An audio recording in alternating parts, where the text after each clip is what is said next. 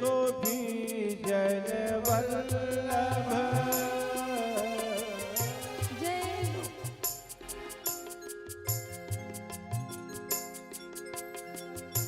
जय राधा माधव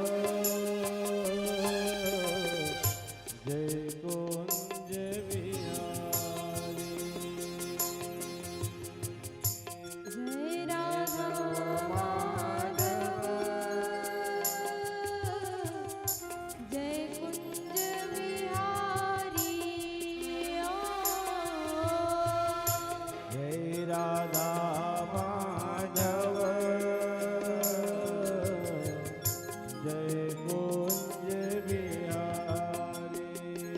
वृंदावन में श्री बांके बिहारी राधा रमन जुगल किशोर जी राधा वल्लभ जी आदि भगवान के सप्तनिधि श्री धाम वृंदावन में विराजमान। इसीलिए जो जीव वृंदावन के ऊपर अपने भाव को समर्पित करता है, जो जीव वृंदावन के रज में लोट-पोट होकर के श्री बिहारी जी को याद करते हैं, ऐसे जीव का बिहारी जी जरूर कल्याण करते हैं। इसीलिए भक्त जो है वृंदावन में रहने वाले भगवान के प्रति उतना प्रेम कम प्रकट करेंगे, लेकिन वृंदावन के प्रति, वहाँ के रज के प्रति, वहाँ के रस के प्रति अत्यंत भावुक होते हैं। इसीलिए आप किसी भगवान को एकमात्र जय बुलाएंगे तो केवल उन्हीं को जाकर लगेगा, और वृंदावन का जय बुलाने से पूरे वृंदावन में जितने भी भगवान के स्वरूप हैं, जितनी भी उनकी प्रतिमाएं हैं, उन सब की जयकारे हो जाती है। इसीलिए बोलो वृंदावन धाम की जय, श्री बांके बिहारी लाल की जय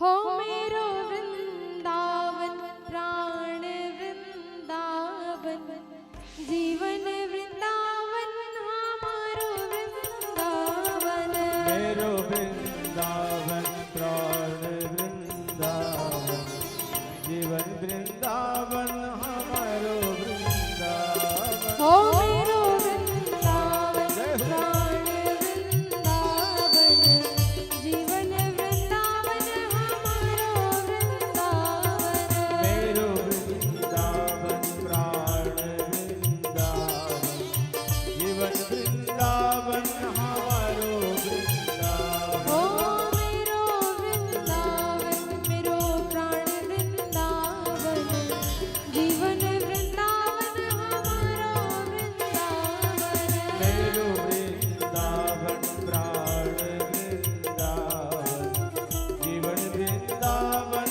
हमारो वृंदावन ओ जय जय वृंदावन हमारो वृंदावन जय जय वृंदावन हमारो वृंदावन ओ जय जय वृंदावन हमारो वृंदावन जय जय वृंदावन हमारो वृंदावन जीवन वृंदावन प्राण वृंदावन जीवन वृंदावन प्राण ओ वृंदावन जीवन वृंदावन प्राण वृंदावन जीवन वृंदावन प्राण वृंदावन ओ जय जय वृंदावन मेरो प्राण वृंदावन बांके बिहारी लाल की वृंदावन हमारो वृंदावन मेरो वृंदावन प्राण वृंदावन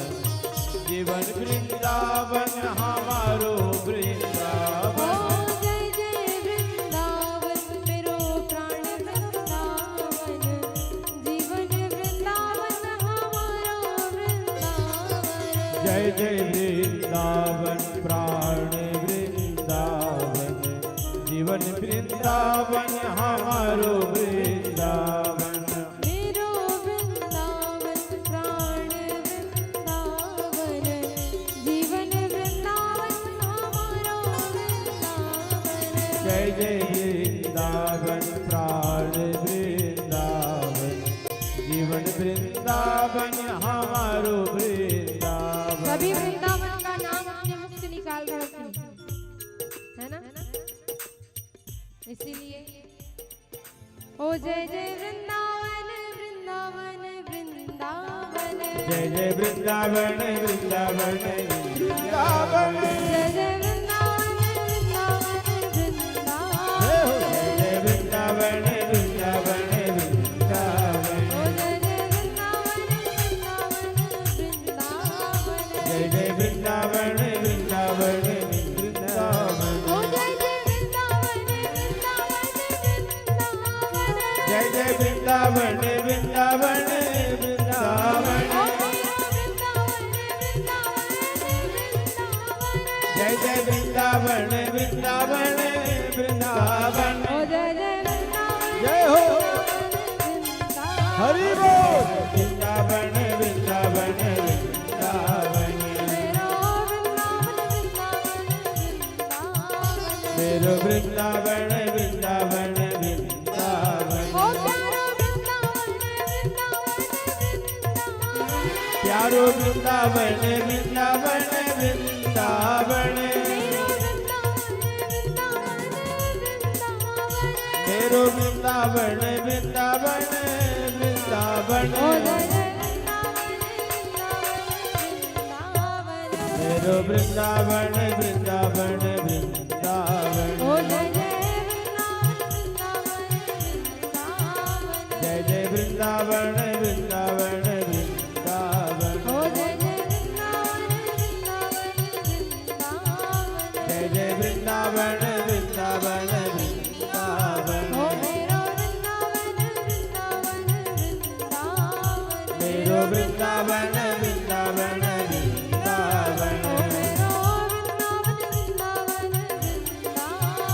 मेरो वृंदावन वृंदावन वृंदावन, ओ जय जय वृंदावन वृंदावन वृंदावन, प्यारो वृंदावन वृंदावन वृंदावन, बोलो वृंदावन धाम की जय, जय श्री ब्रजराज दुलारी की जय। जय। तो आइए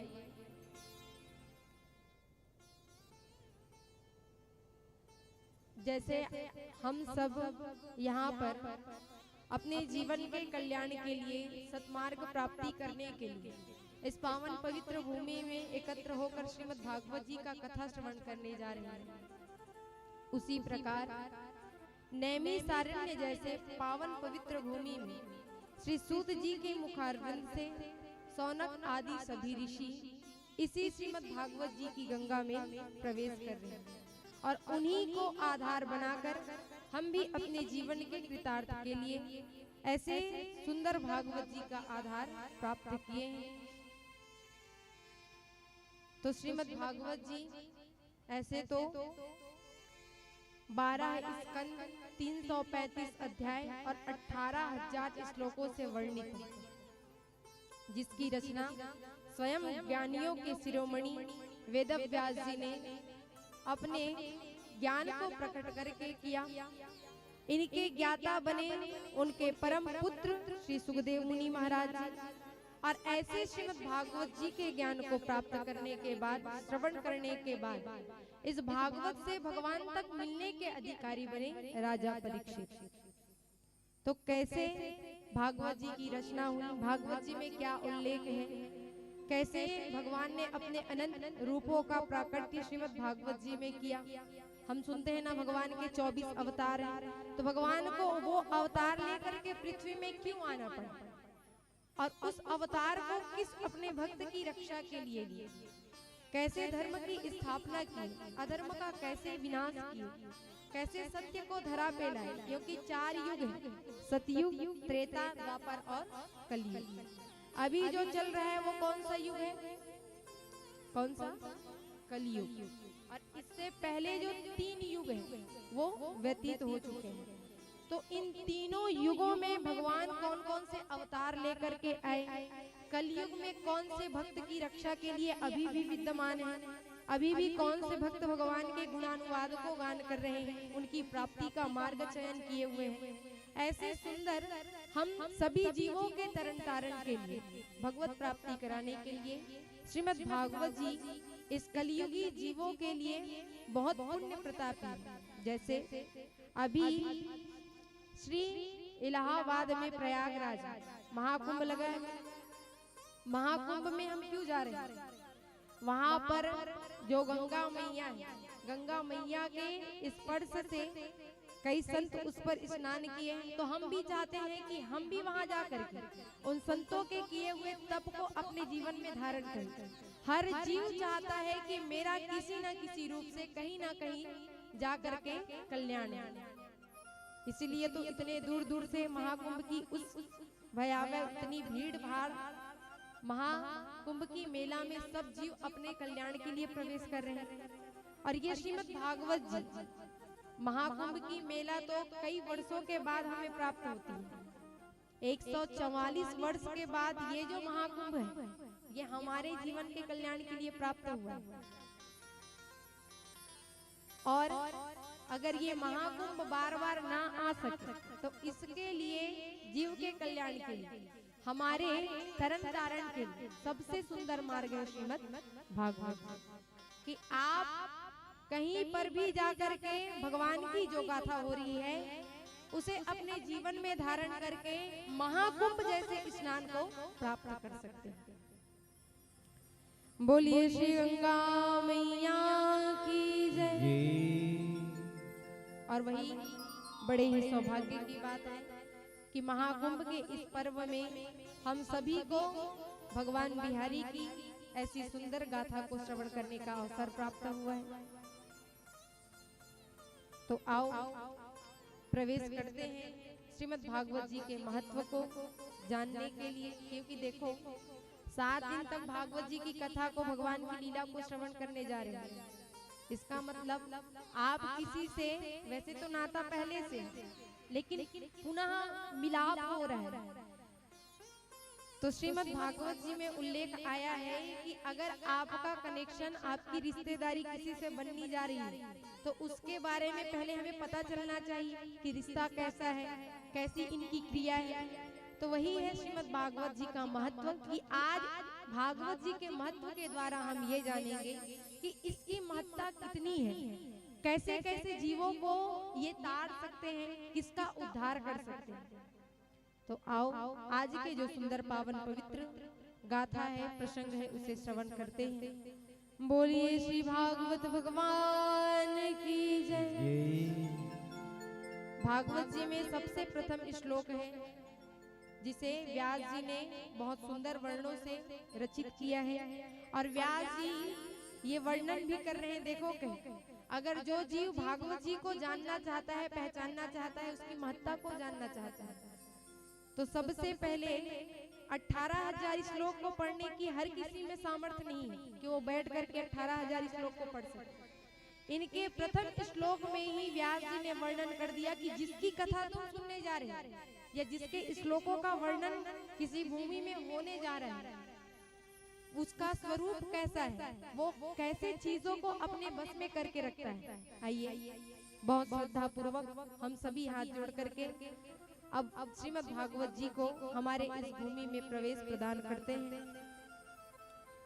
सभी हमारे साथ अपने मुख से गान कीजिएगा।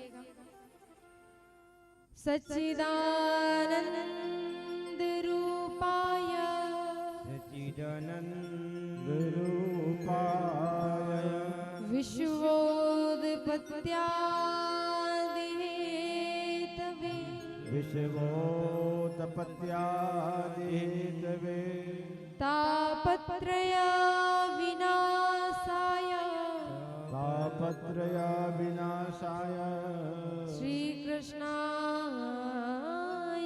वयं नमः। श्री कृष्णाय वयं नमः। बोलो बांके बिहारी लाल की सच्चिद आनंद रूपाय सद चित आनंद। भागवत जी में भगवान बिहारी जी की और भागवत जी का 3 स्वरूप बताया गया है, सद चित और आनंद। सद किसे कहते हैं? सद अर्थात होता है सत्य, चित अर्थात होता है प्रकाश, अनुभव, और सच्चित आनंद।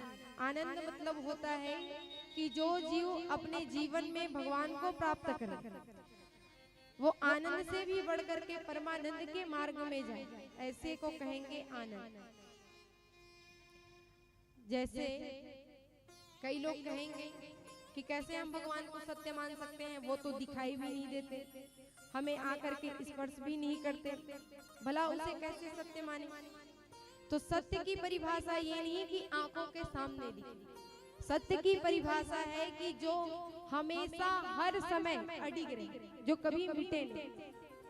देखो आप जब इस धरा पे नहीं थे, हम भी जब नहीं थे, तो जिसकी गाथा हम श्रवण करने के लिए बैठे हैं वो पहले भी थे, उनकी गाथा पहले भी गान किया जाता था। आज भी जिसकी गाथा